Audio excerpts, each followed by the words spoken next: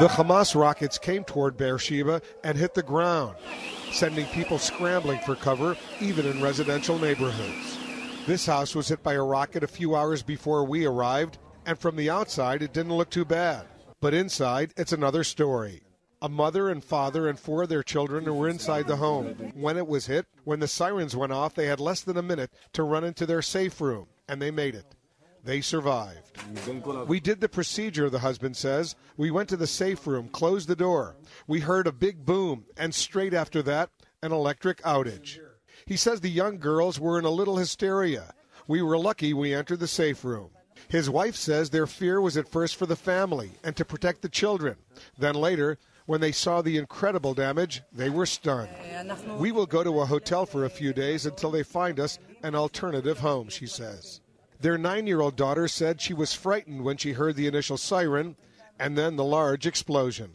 An Israeli member of parliament who came to the house minced no words in what he thought Israel had to do. All my sons, 4 of them in reserve, they're ready to go further. But there's a major debate inside Israel on whether that's wise. A former Air Force commander and mayor of Beersheba says he hopes Israeli air and naval power alone can get the job done. While we were in this expanding and modern city, 11 Hamas rockets entered the vicinity. Some were intercepted by Israel's Iron Dome anti-missile system. Others got through and caused casualties. We were allowed to go inside the Emergency Medical Command Center. Sirens alert them when rockets are incoming, and they brace for the onslaught of calls.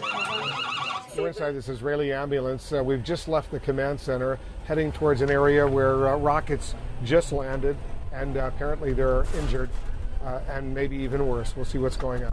Lieutenant Sharon Howard is the Israeli Army liaison officer helping to coordinate medical care. If they're in need, if there are many casualties, so also medical units of the Army also join the Magen Dome to take care of all the injuries. Turns out it was a woman overwhelmed by fear during the rocket attack, very common these days. Back at the command center, the sirens kept going off.